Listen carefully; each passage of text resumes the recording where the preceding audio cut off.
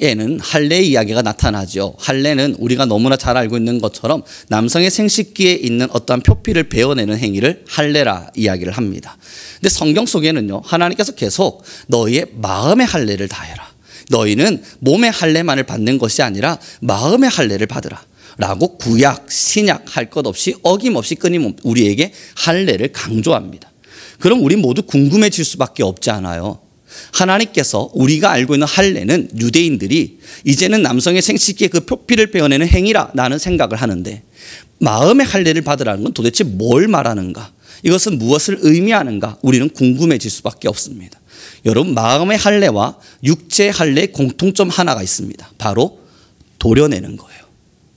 마음의 할례도 도려내는 것이고 육체의 할례도 도려내는 겁니다. 근데 하나님께서 할례를 받으라는 이야기를 하시면서 이 육체의 할례를 왜 주셨는가 생각을 해보니, 지금 현재 의학계에서는 그것이 세균이 번식하는 것을 막아줄 수 있는 청결하게 하는 작업이라고 이야기를 하더군요. 그럼 무엇에 병들게 되어지는가 보았더니 여러분, 스메그마라고 해서 이 남성의 생식기 어느 한 부분에서 끼는 때가 있답니다. 분비물들이 분출되고 하면서 그 자리에 차곡차곡 쌓여가는 거예요. 그러다 보면 바이러스가 침투하기가 너무나 편하고 또 세균이 번식할 수 있는 경우가 커진답니다. 그래서 그것을 베어냄으로써 세균이 번식할 수 없도록 또 잘못된 분비물들이 쌓여가지 않도록, 쉽게 이야기해서 때가 끼지 않도록 해주는 겁니다. 그럼 마음의 할례를 받으라는 이야기는 뭘 이야기하겠어요? 우리의 마음 안에도 우리의 죄로 인해서 때가 끼도록 만드는 무언가들이 있는 거예요. 내가 그것을 가지고 있음으로 말미암아 내 안에 잘못된 때가 계속 쌓이게 되고, 좀 더 가다 보면 악한 세균들이 번식하기 시작해서 내 안에 있는 하나님의 말씀을 잡아먹고 내 안에 있는 하나님의 성령의 권능을 쫓아내고 더 많은 죄의 근성으로 차곡차곡 세워내는 무언가가 있는 거예요. 그걸 뭐라 말하겠습니까? 그것을 도려내기를 주님께서 요청하고 있는 겁니다. 그러니 마음의 할례를 받으라는 것은 이제 우리의 마음을 돌아보면서 내 안에 죄가 쌓이도록 만드는, 내 안에 하나님을 멀리하도록 만드는 무언가 근거되는 근원이 있다면 그것을 도려내라, 잘라내라, 그 말씀을 주고 계신 겁니다. 우리 본문을 한 번 더 읽어보았으면 좋겠습니다. 같이 읽겠습니다. 시작.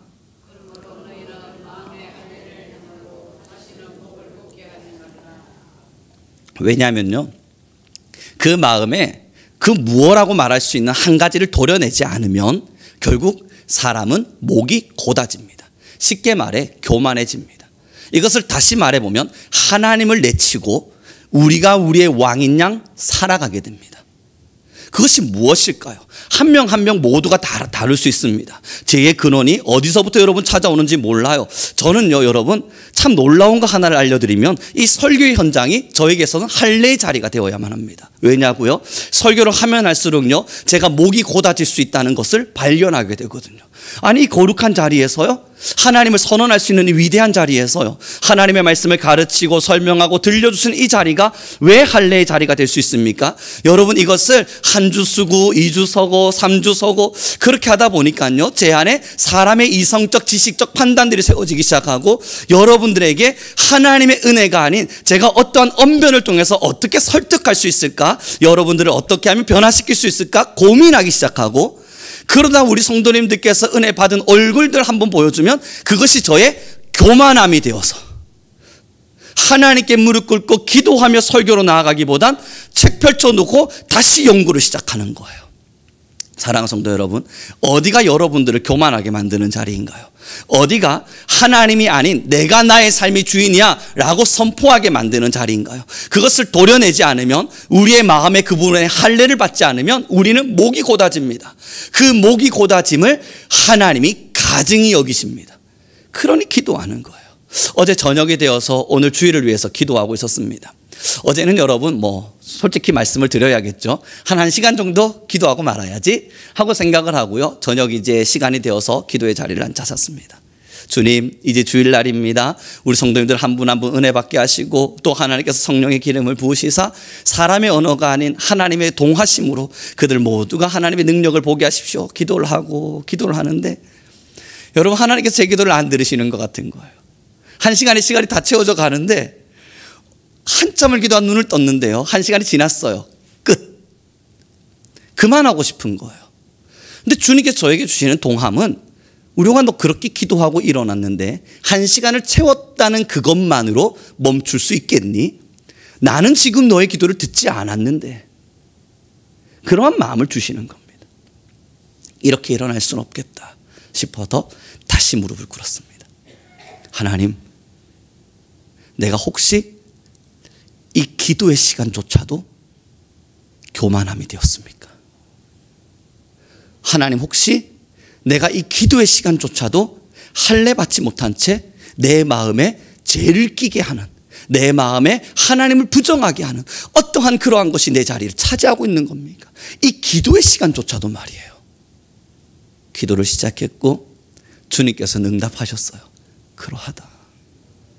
겸손함으로 나와야지. 더 무릎 꿇음으로 나와야지. 더 겸손히 나를 찾아야지. 그렇게 한참을 기도하다 보니 여러분, 주님께서 저에게 주시는 하나님의 은혜가 있었습니다. 죄를 고백하게 하고 이 기도의 시간조차도 교만한 듯 표현하고자 하는 저의 마음들을 보게 하셨고, 저는 그래서 한참을 기도하고 있다가 나왔는데 우리 아내가 깜짝 놀라면서 이야기하는 거예요. 주무신 거 아니에요? 기도했는데. 그런데 여러분, 그때부터 저는 저의 입을 닫았습니다. 아무 말 할 수 없었습니다. 어떤 말 한마디를 내뱉어도 그것이 나에게 교만이 될 것만 같았습니다. 어떤 말도 내뱉지 못한 채 입을 닫고 아무 말 하지 않고 저녁의 시간을 보내었습니다. 오늘 아침에도 그랬어요. 입을 열 수가 없는 거예요. 참 심각한 죄인이다. 기도의 자리에서조차도 하나님을 찾지 못하는 참 못난 죄인이다. 그렇게 입을 닫고 오늘 설교의 준비들을 다시 진행해 가면서 10시 조금 넘어가는 시간쯤 하나님은 저에게 찬양을 주셨습니다. 그 찬양을 한 절 한 절 부르는데요, 여러분, 마음에 눈물이 나는 거예요. 하나님께서 저같이 못난 사람을 하나님의 사람이라 칭해 주셔서 어루만져 주시는 그 포근한 품이 너무 좋은 거예요. 한량없는 은혜. 그 찬양을 한 절 한 절 불러가는데 저도 모르게 제 마음속에 눈에 눈물이 나는 겁니다. 사랑하는 성도 여러분, 마음의 할례를 받으라는 것은 성경 조금 더 읽으라는 이야기가 아닙니다. 기도 시간 조금 더 늘려보라는 거 아니에요.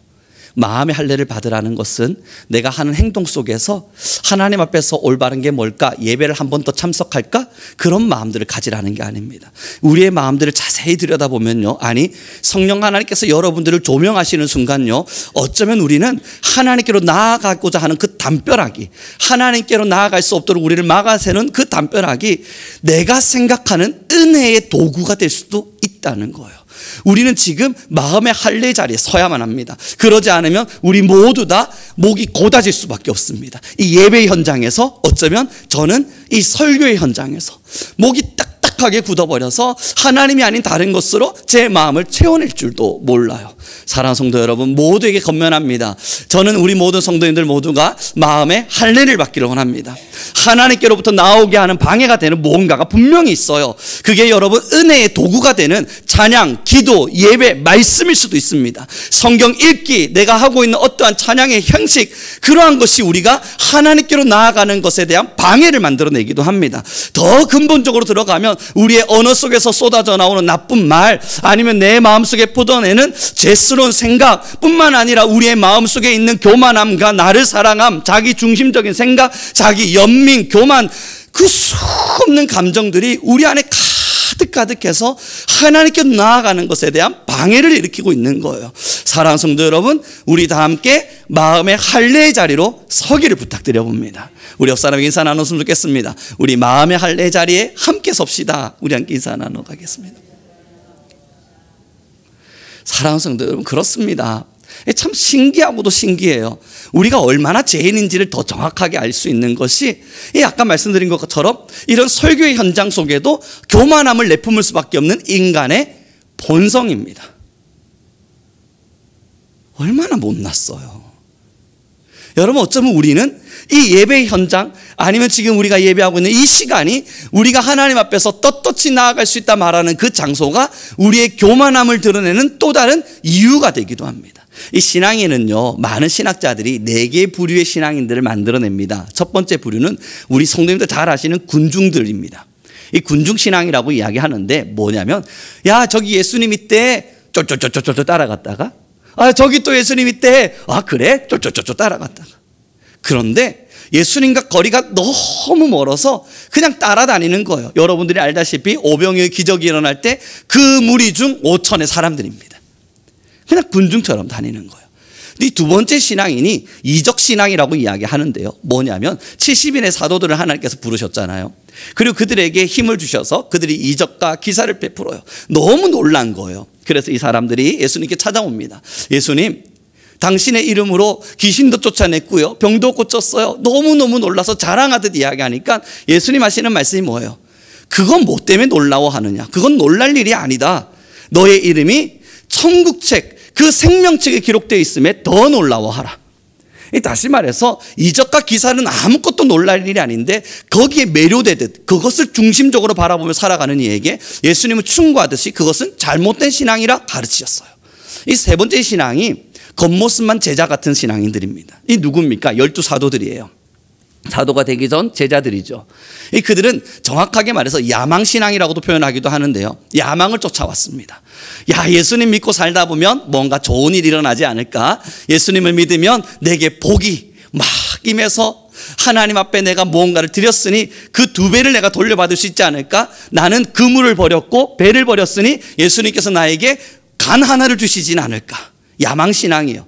내가 버린 게 1이라면 주님은 나에게 10을 주기를 바라는 마음. 내가 세상에 어떠한 것을 내려놓자 하나님께서 나에게 20, 30의 대가를 다시 주시기를 바라는 마음. 그래서 여러분, 제자들은 예수님 앞에 서서 싸웁니다. 나를 오른편에 세워주세요. 예수님께서 영광의 그날에 서게 될 때 나를 예수님의 그 왼편에 나도 설 수 있게 해주세요. 그 이야기 주고받고 있는 모습을 보면서 제자들은 질투하기도 합니다. 야, 나도 서고 싶은데. 그러자 예수님이 십자가상에 목숨을 다할 때 그들은 다 도망칠 수밖에 없었어요. 그들은 얼마나 허무했을까요? 내 생업인 배를 버렸고 내 생업인 직업을 버리고 예수님을 3년간 쫓았는데, 그러면 나는 좋은 자리 하나 정도는 차지할 수 있을 줄 알았는데 결국 예수님이 십자가상에서 돌아가시니 얼마나 마음이 씁쓸했겠습니까? 쫓았던 야망이 포기되어지는 순간입니다. 마지막 4번째 신앙이 자기 부인 신앙입니다. 성령이 임재하신 이유거든요. 그 예수님이 3년의 시간 동안 사역을 해나가는 동안 여러분, 군중들도 있었고요, 그 이적과 기사에만 집중하며 살고 있었던 사람들도 있었고요, 제자들처럼 야망 쫓아서 신앙하는 사람들도 있었습니다. 그 전은 성령 하나님께서 임재하기 전의 사건이었습니다. 그러나 성령 하나님께서 임재하시자 그 12명의 사도들이 변화되어졌고 그 나머지 제자들이 함께 변화되어져서 예수님의 이름으로 자기를 부인하고 십자가를 지고 주님을 쫓아가기 시작합니다. 이 수없는 고난과 고통을 당하고 있는데도 자신들은 행복하다 찬양을 해요. 사도 바울의 역사를 보니까 참 신기합니다. 감옥에 갇혀 있는데 거기서 노래를 불러요. 돌에 맞아가지고 아픈데 거기서 그들을 향하여 또 복음을 전해요. 부형들아, 들으라. 너희가 죽인 예수 그리스도는 하나님 아버지 아들이었다. 여러분, 자기를 향해 태형을 쳤던 사람들을 향해서 복음을 전하고 사랑을 전달합니다. 이상한 일들이 일어나기 시작하는 거예요. 이게 바로 자기 부인 신앙입니다. 사랑하는 성도 여러분, 마음의 할례가 바로 이 성령의 충만이에요. 성령의 충만함을 받는다는 게 뭘 말하는 줄 압니까? 내가 성령의 충만함을 받자 눈을 감았더니 여러분 막 환상이 보이기 시작해요. 내가 성령에 충만하자 막 두 손을 높이 드니까 초사이언 변한 것처럼 손에서 별이 번쩍번쩍 거리기 시작하면서 병든 자들이 일어나고 아픈 자들이 고쳐지는 역사가 일어나기 시작합니까? 그럼에도 불구하고 자기를 부인할 수 없다면, 내가 예수 그리스도를 위하여 자기를 부인할 수 없다면 그건 성령의 임재의 역사가 아닙니다. 성령의 임재가 일어나면 가장 가장 먼저 일어나는 것이 바로 우리의 마음에 할례를 받도록 만들어줘요. 그 성령 하나님은 우리 안에 임재하셔서 내 마음 속에 하나님께로 나아가게 하지 못하는 그 담, 그 죄스러움이 무엇인지를 하나하나 알게 해주세요. 그래서 우리 성도님들 아시는 것처럼 그것을 깨닫게 될 때 내가 주님의 성령에서 충만함을 입어서 내 마음속에 죄스러움이 너무 많다는 걸 알게 될 때 그것을 부정하고 부인하고 씻어내고 정결하게 하자 성령의 9가지 열매들이 나타나기 시작하는 겁니다. 사랑하는 성도 여러분, 지금 이 시대에 필요한 사람들은요, 야망을 쫓는 신앙인들 아닙니다. 지금 현재 많은 교회 30, 40대들이 교회를 떠나고 있다 이야기를 합니다. 그 오래전부터 나왔던 그런 데이터이고 그런 경고의 메시지일 겁니다. 그들이 왜 떠나가는가 보았더니 교회를 간다 한들 내 삶에 무슨 도움이 되는가예요. 여러분 다시 한 번만 더 집중해 봐 주십시오. 교회를 내가 열심히 다녔다 한들 내 삶에 어떤 도움이 일어날 수 있는가? 그 질문에 30, 40대들은 답을 얻지를 못하고 있습니다. 왜냐하면 나는 일을 해서 돈을 벌고 있고 나는 나름대로 먹고 사는 것에 불편함이 없어요. 병이 들면 병원을 찾아가면 돼요. 우리 부모들의 세대는 보니까 참 안타까워요. 가난하다는 이유로 부자 되게 해달라고 기도했는데 나는 그러지는 않아도 될 것 같아요. 쫓아갈 야망이 없는 겁니다. 좀 더 나아가 볼까요? 저는 여러분 20대의 청년들을 많이 만나는 직업을 갖고 있다 말씀드리지 않았습니까? 그들은 꿈을 꾸지 않아요. 지금 당장 내가 굉장히 고통스러운 직업일지라도 내가 원했던 꿈이니까 가야겠다 하는 열심이 우리 성도님들의 때에 비해서 현저히 떨어집니다. 물론 지금의 20대들에게 물어보면 꿈은 있지요. 그러나 그 꿈을 향한 열망 말입니다. 그 비전을 향한 갈망이 우리 권사님들, 집사님들이 살던 어떠한 시절에 비해서 현저히 떨어집니다. 안 하면 그만인 거예요. 안 되면 괜찮아요. 우리 부모님의 지갑은 여전히 열려 있으니까. 여러분 그렇게 꿈을 꾸기가 힘든 친구들이고 꿈을 쉽게 포기할 수 있는 상황인데 너희들의 야망을 위해 기도하라? 여러분 그 또한 그들에겐 어떤 답도 내려지지 않습니다. 굳이 기도까지 하면서 얻어낼 일은 아니거든요. 그런데 여러분 교회 안에 무엇이 지금 부정되고 있는 줄 아십니까? 자기 부인입니다. 예수님은 이 땅 가운데 오셔서 모든 그리스도인들에게 자기를 부정하라 그랬습니다. 야망을 쫓으라고 말한 적도 없고 기사와 이적을 행하라고 이야기하신 적도 없어요. 예수님은 이 땅 가운데 오셔서 너희는 나의 군중이 되어서 날 잘 따라다니라고 말한 적도 없어요. 예수님은 이 땅 가운데 오셔서 내가 너에게 성령을 부어줄 것이다. 그때는 너희가 나의 제자가 되리라. 가서 복음을 전하라. 그리고 그 복음을 전하는 현장 속에서 너희는 자기를 부인하고 나를 따라야 될 것이라는 이야기를 주님은 어김없이 우리에게 주셨습니다. 사랑하는 성도 여러분, 지금 하나님께로 나아오는 것에 있어서 불편함이 느껴지는 어떠한 부분들이 있으신가요? 죄스러움 속에서 우리는 하나님께 나아가지 못하나요? 어쩌면 저와 같이 1시간 기도했다, 그것으로 자유롭게 일어날 수 있는 그러한 신앙인이 되셨습니까? 우리 모두 다 함께 여러분 지금 현재 도려내야 될 것들이 있는 거예요. 제 안에 여러분 안정감이 뭐겠습니까? 나는 교회 근처에 있기 때문에 여러분 저 하는 일이 뭐겠어요? 기도하는 일이에요. 어저께에도 4시부터 시작해서 이 자리에 와가지고 잠시 6시 반 정도 되는 시간까지 기도를 했습니다. 그 기도했고요. 저녁 시간이 되었으니 이제 잠자리에 들기 전 하나님을 만나야죠. 기도했습니다. 그것이 저에게 하나님께 나아가는 것에 방해가 되리라고는 추호도 생각하지 않았어요. 그러나 여러분 하나님께로 나아가는 것에 있어서 우리를 교만하게 만드는 어떠한 근거, 그것이 무엇이 되었든 도려내지 않으면, 그것이 아무리 은혜로운 행위와 같아 보일지라도 도려내지 않으면 그때로부터 우리의 마음은 목이 곧아지기 시작합니다. 얼마나 가증스러운 이야기예요. 하나님만을 주인으로 모시고 산다 말하는 우리가 목이 곧아요. 아버지만을 위해 살겠노라 고백하는 우리가 아버지를 배제한 채 우리의 생각 속에 사로잡혀요. 그리고 주님께서 내 야망을 이루어주기만을 바라요. 우리는 그러한 신앙의 현장에서 함께 철저히 벗어나기를 바랍니다. 제가 여러분 학생들을 만나면서 이런저런 말씀들을 증거하다가 한 학생에게 이러한 질문을 던졌습니다. 너는 꿈이 뭐야? 그랬더니 그 학생이 이야기하는 것이 저는 꿈이라고 하는 게 별로 없는데요 라고 이야기를 해서 저도 또 그에게 다시 말했습니다. 하나님을 믿으면 꿈이 생긴단다. 하나님을 믿으면 놀라운 소망이 생긴단다. 예수님을 믿으면 가슴 벅차서 잠들지 못할 그런 위대한 비전과 꿈들을 주님이 내게 주신단다.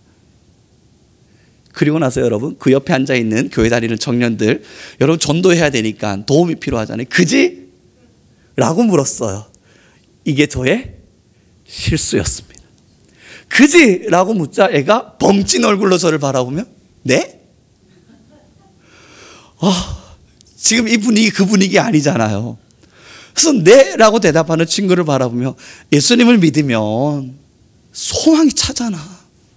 내 인생의 직업, 내가 원하고 있는 어떠한 돈, 내 연봉, 그것 말고 하나님의 나라에 대한 놀라운 비전들을 우리가 품게 되잖아. 제가 여러분 얼마나 상세하게 설명했어요. 그지? 그럼 이제 눈치라도 있어야죠. 네. 그 한마디가 왜 어렵습니까? 근데 그가 이야기하더군요. 전 예수님을 안 믿는 사람인가 봅니다. 사랑하는 성도 여러분, 사랑하는 성도 여러분, 진짜 그리스도를 마주하게 되면 이 땅의 것이 얼마나 허무한지를 알게 됩니다. 진짜 예수님을 만나게 되면 지금 내가 소중하다 말하면서 부여잡고 살았던 많은 것들이 얼마나 허상인지를 알게 됩니다. 이 허상이 모래성과 같아서 작은 비만 내려도 와르르 무너지게 된다는 거 우리 너무나도 잘 알게 됩니다. 그래서 이 허상을 부여잡으려고 안간힘을 쓰는 것이 아니라 저 높은 곳에 주님께서 우리에게 주시겠노라 말씀하신 변하지 않는 무언가를 부여잡기 위해서 기도하게 되고 힘을 쏟게 됩니다. 그것이 우리의 비전이 되는 순간, 꿈이 되고 소망이 되는 순간, 여러분 하늘을 딛고 사는 자 땅의 것에 의미 없음을 알게 되는 거예요. 이 땅의 것이 필요하지 않다 말하는 게 아니에요. 우리는 살아가고 있으니까 이 땅을 살아가고 있는 사람으로서 마땅히 필요한 것들입니다. 그러나 여러분 하늘을 딛게 되는 순간, 지금 내가 그 하늘을 딛고 있는 사람으로서 이 땅의 것이 얼마나 우리에게 의미 없는지를 알게 되는 거예요. 저희 아들이 저한테 묻더라고요. 아빠한테는 돈이 소중해? 왜냐하면 여러분 제가 아들을 팔러 간다 그랬거든요. 제가 여러분 이 아들을 데리고 어디론가 갈 일이 있어서 가는 길에 심심한 거예요. 장난 좀 쳐야겠다 싶어서. 어디 가는지 알아? 어디 가는데요? 너 팔러 가는 거야. 그때부터 아이가 심각해지기 시작하는 겁니다.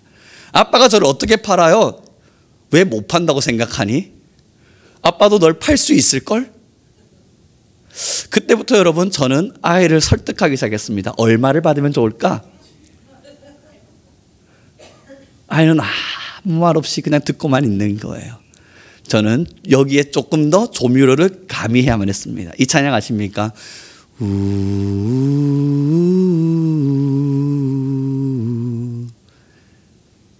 바로 모세를 강가에 띄울 때 그 노래를 빗대어 그 가사를 따라서 불러줬던 찬양입니다. 작은 갈대 상자 물이 새지 않도록 역청과 나뭇잎을 칠하네. 그리고 여러분 아이를 눕히고 아이를 하나님께로 맡긴다면서 내보내는 나일 강가에 띄우는 장면이 이 가사에 드러나 있거든요. 우리 아이가 이 찬양을 너무 좋아해요. 제가 운전하며 가면서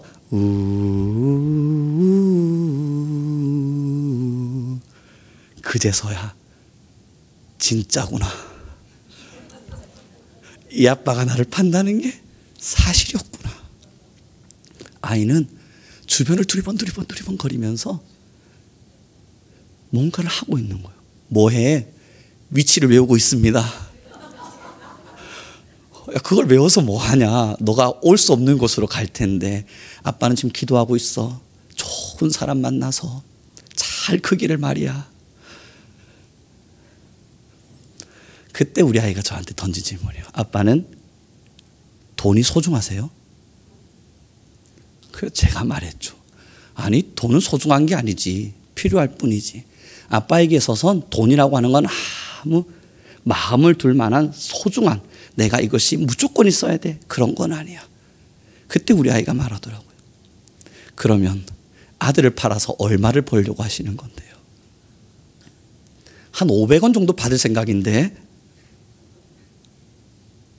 그때부터 아이는 여러분 고개를 콕 쳐박고 그 500원보다 나는 가치 없는 사람이구나 라는 생각들을 하는 듯 했습니다.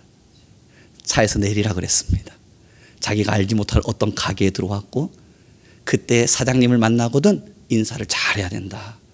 그래야 네가 높은 점수를 받는 거야. 그리고 나서 여러분 저는 그 가게로 데리고 들어갔는데 아이가 목을 꾹꾹 다 세우고 인사를 안 하는 거예요. 안 팔리기 위한 자기 나름대로의 저항이었습니다. 인사 잘하면 잘 팔린다 그러니까 인사 안 하고 여러분 고개를 뒤로 탁 지키고 있는 거예요. 고개 숙여 인사해야지. 안 하고 여러분 우리 아이가 제 말을 안 듣지 않거든요. 인사를 끝까지 안 하고 버티고 있어요. 그리고 저희가 거기서 필요한 것들을 사고 나오는데 여러분 오늘 한 20분 동안 작은 목소리로 정말 저를 팔아요 하던 아이가 제가 뭔가 물건을 사서 그냥 나오는 걸 보더니 그때부터 텐션이 높아지기 시작하는 거예요. 그럴 줄 알았어요. 자, 여러분 다시 한번 생각해 봐요. 지금 이 아이가 제게 던진 질문은 돈이 소중해요 예요. 그래서 제가 아니 난 돈 소중하진 않아. 500원 정도에 너를 팔 생각이니까. 그때 이 아이는 자신의 가치를 그렇게 판단했습니다. 전 장난으로 시작한 것이 이렇게까지 길게 갈 줄은 몰랐습니다. 사랑하는 성도 여러분, 지금 무엇과 예수님을 맞바꾸고 계십니까? 우리 성도님들은 지금 무엇과 예수님을 맞바꾸고 계십니까? 어쩌면 우리는 별것 아닌 것 앞에 예수님을 내려놓고 있을 겁니다. 사실 돌아보면 아무것도 아닌 거에 예수님을 내려놓고 있을 거예요. 예수님은 우리 모두에게 질문할 겁니다. 너의 그 마음이 그렇게 소중하니? 너의 그 이름에 작은 기분 나쁨이 찾아오는 게 그렇게 소중한 일이었니? 나를 위해, 나를 정말 그것과 맞바꿀 만큼 그것이 그렇게 소중한 일이었니? 사랑하는 성도 여러분, 마음의 할례를 받으라는 것은 예수님께로 나아가는 것에 방해가 되는 걸 도려내라는 거예요. 그게 무엇인지는 하나하나 다 우리가 어떻게 알겠습니까? 그러나 여러분들은 알고 계실 겁니다. 나는 알고 있을 거예요. 하나님 앞에서 깨어나기를 원할 때 주님은 성령 안에서 분명히 그 모든 것들을 우리에게 알게끔 하실 거예요. 어쩌면 저와 같이 기도하고 있는 시간이 하나님께로 나아가는 것에 방해가 되기도 합니까? 어쩌면 여러분 이 예배를 잘 참석하고 있다는 그 명분이 하나님께로 나아가는 것에 대한 방해가 되기도 합니까? 아니면 내 이름, 내가 하나님 앞에서 이름을 더럽힐 수 없다라고 말하며 나름대로 거룩한 척 살아가고 있는 삶의 행동이 하나님 앞으로 나아가는 것에 대한 방해가 되기도 합니까? 아니면 여러분들의 마음속에 숨겨둔, 꼭꼭 숨겨둔 질투심, 욕심, 야망, 수없는 죄의 근성들, 그 모든 것들이 하나님께로 나아가는 것에 방해가 됩니까? 그래서 주님 말씀하시는 거예요. 그거 도려내라. 이게 바로 여러분 마음의 할례인 거예요. 우리는 오늘도 도려내며 살아가는 거예요. 어쩌면 입을 다물어야 될 수도 있습니다. 하루의 시간을 지나가며 무엇을 말해야 될지 몰라서, 어떻게 말을 내뱉어야 될지 몰라서 입을 다물어야 될 수도 있습니다. 그럼에도 이것이 내 마음에 있는 잘못됨을 도려낼 수 있는 작업이라면 우리 같이 걸어가야죠. 왜냐고요? 이 땅에 있는 허상의 것 앞에 우리 마음 빼앗길 생각이 추호도 없거든요. 사랑하는 성도 여러분, 사탄은요 여전히 여러분들에게 찾아와서, 저에게 찾아와서, 우리에게 찾아와서 허상의 것을 계속 줍니다. 버리면 또 주고, 버리면 또 주고, 버리면 또 줘요. 이제는 안 갖겠다고 손을 꽉 쥐고 있으면 더 좋아 보이는 뭔가를 가져와서 우리의 마음을 현혹시키려고 합니다. 거기에 현혹되는 순간 이것이 아닌 것을 알면서도, 이러면 안 되는 줄 알면서도 거기에 무너지고 또 무너지다 보니 무너지는 것이 습관이 되어 하나님께로 돌아서지도 못하는 사람들을 마주할 때가 있습니다. 오늘 이 시간 저는 우리 성민교회 모든 성도님들에게 부탁드려 봅니다. 여러분들의 손에 허상의 것들을 가득 채우고 있다면 이제 이거 하나하나 도려내셔야 돼요. 한 번에 완벽히 도려내면 얼마나 좋겠습니까만 그거 불가능해요. 오늘부터 작은 것까지 하나하나 빼내보는 거예요. 하나하나 빼내보는 거예요.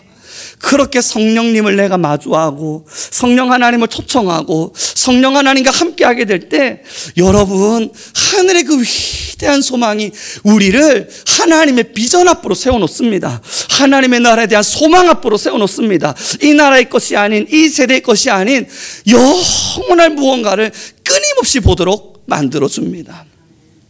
저번 주 학생들하고 첫 번째 모임을 했는데요. 우리 성도님들 너무 기도를 해주셔서 정말 학생들이 여러분 너무 많이 밀려와가지고 한 번에 할 수가 없으니까 소그룹으로 몰려가지고 함께 말씀을 나누고 했는데 이 사진을 준비할 걸 그랬군요.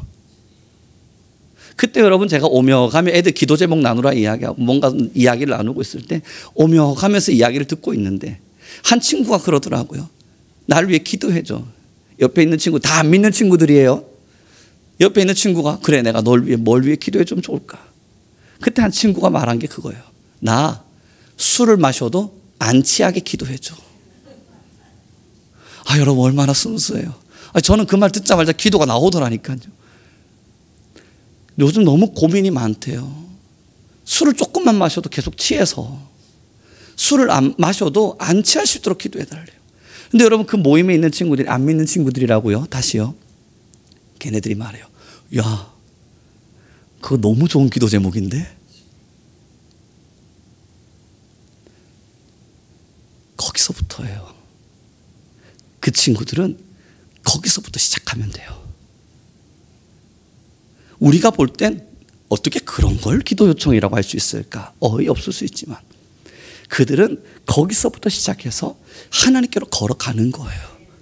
그런데 여러분 여기서 한 30보 정도 앞에 있다고 해서 나는 그런 기도 제목은 안 하지. 내가 아무리 그래도 술 취하지 않게 해달라고 내가 기도 제목을 요청할 수는 있나?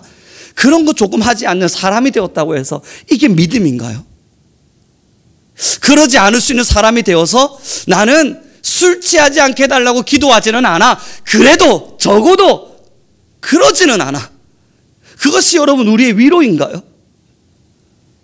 저는 우리 모든 성도님들 모두에게 도전합니다. 사랑하는 성도 여러분, 이제는 우리 하늘의 것을 보아요. 그것이 주님께서 우리에게 요청하시는 마음의 할례입니다. 어떤 신앙인으로 남기를 원하십니까? 여전히 군중이 되기를 원하세요? 그래서 오병이의 기적 같은 것들이 일어나면 거기를 쫄쫄쫄 따라다니면서 놀랍다, 정말 정말 놀랍네, 박수치는 신앙인 정도 여러분 만족하십니까? 그러다가 그러한 기적과 은혜와 은사가 좀 사라지는 것 같고 내게 떨어지는 콩고물이 없는 듯 느껴지면 이제는 그만 예수님 따라다닐래? 아이고 힘들어. 그렇게 포기하는 신앙인, 그걸 원하십니까? 아니면 여러분 이적과 기사가 조금 나타난다고 해서 그것을 나의 면류관인 양 자랑하고 내게 조금 기도했을 때에 병든 자가들이 낫는다 해서 그것이 내가 가지고 있는 건세인 양 어깨에 힘을 가득 주고 살아가는 여러분 그러한 신앙인을 여러분 되게 정말로 원하세요? 아니면 이 신앙의 짧은 신앙 70여 년 정도 신앙하면서 하나님 내가 주님을 위하여 1을 내어드렸습니다. 그러니 나를 위하여 10을 주십시오. 하나님 내가 주님을 위하여 11조를 드렸습니다. 그러니 10에 9를 더 주십시오. 하나님 내가 주님을 위하여 나의 이름 하나를 버렸습니다. 그러니 이제는 내 이름을 저 높은 곳에 세워주십시오. 야망을 쫓아다니는 신앙인, 여러분 정말 그거 원하세요? 주님은 지금 우리에게 그런 신앙의 자리에 있을 때 회심하라 말씀하고 있는 거예요. 그 신앙은 옳은 신앙이 아니니까 성령을 부어줄 테니까 성령을 충만하게 받아서 그것이 얼마나 옳지 않은 신앙인지를 알아서 회심하여 자기를 부인하는 신앙의 자리로 서기를 요청하고 있는 거예요. 우리 모두 다 함께 자기를 부정합시다. 오직 내 안에 성령 하나님만이 임하실 수 있도록 우리를 자기를 부정하며 살아갈 수 있는 진짜 신앙인이 됩시다. 사랑하는 성도 여러분, 이 신앙은 성령을 구할 때 가능해집니다. 우리는 그 성령 하나님으로 말미암아 자기를 부정하며 살아갈 수 있습니다. 그 자기를 부정하는 신앙인들이 우리 교회 내에 한 분 한 분 채워져 갈 때, 사랑하는 성도 여러분, 무엇이 우리를 흔들 수 있겠습니까? 그렇게 자기를 부정하며 신앙하는 우리가 한 명 한 명 세워져 갈 때에 하나님은 우리를 향하여 무엇을 명령하시겠습니까? 그래서 낮은 곳을 향하기를 원하는 겁니다.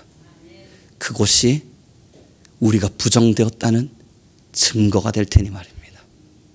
이제 좀 말씀을 정리해 가기를 원합니다. 신앙이 많이 변색되어져 갑니다. 어쩌면 모두가 그러할 겁니다.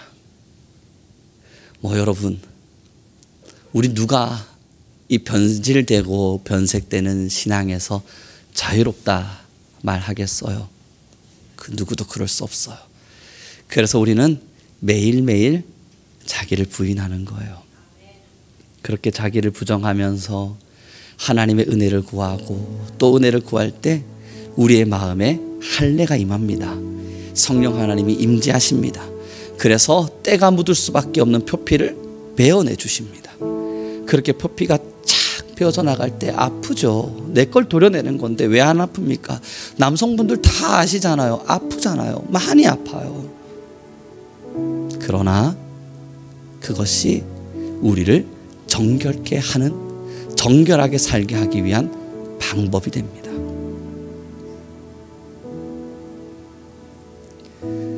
예전에 한 아이가 저를 찾아와서 하나님에 대한 고민을 하며 질문한 적이 있었습니다. 그는 저에게 묻기를, 하나님은 왜 이렇게 사람을 편애하냐는 겁니다. 왜 이렇게 사람을 편애해서 나는 매일매일 이렇게 힘겹게만 하시고 쟤는 뭐 별것 안 하는 것 같은데 왜 저렇게 잘 되게만 하시고, 하나님은 너무하다고 저에게 말하더군요. 하나님이 너무 사람을 편애한대요.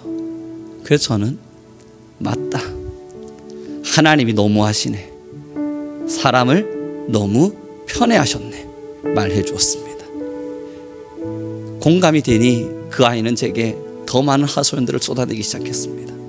저는 그 모든 말을 다 듣고 다시 내뱉어 주었습니다. 하나님이 너무하신 거야. 왜 너만 더 사랑하시지? 왜 너만 더 편애하시지? 그 아이를 좀 더 사랑해 주셨어야지. 왜 하나님은 너만 사랑하고 왜 너만 편애하고 계실까? 난 오늘부터 기도할래. 하나님, 내게 질문한 이 아이를 더는 사랑하지 마십시오. 그 사랑이 이 아이에겐 부담이 되나 봅니다.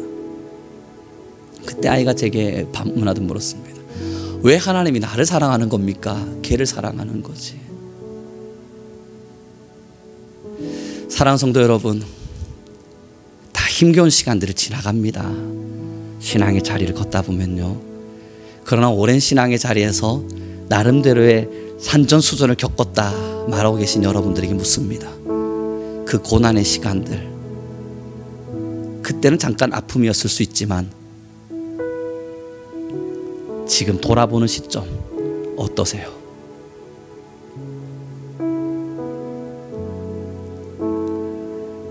놀라운 사랑이었고 놀라운 교훈이었고 위대한 가르침이었습니다. 하나님께서 지금 우리에게 자기를 부정하라 말씀하시는 것은 여러분들을 고통스럽게 하기 위함이 아닙니다.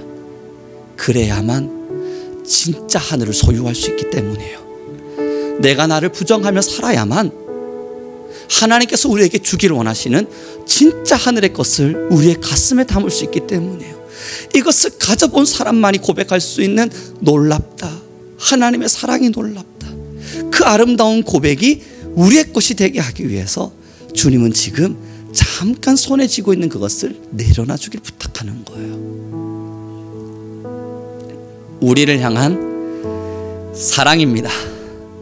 사랑하는 성도 여러분, 오늘부터 우리의 신앙은 자기를 부인하는 신앙이 되길 같이 기도하며 나아갑시다. 함께 찬양했으면 좋겠어요. 이 찬양 저번 주 금요일부터 함께 부르는 찬양이고 요즘 또 제가 사람이 변화되게 도와줘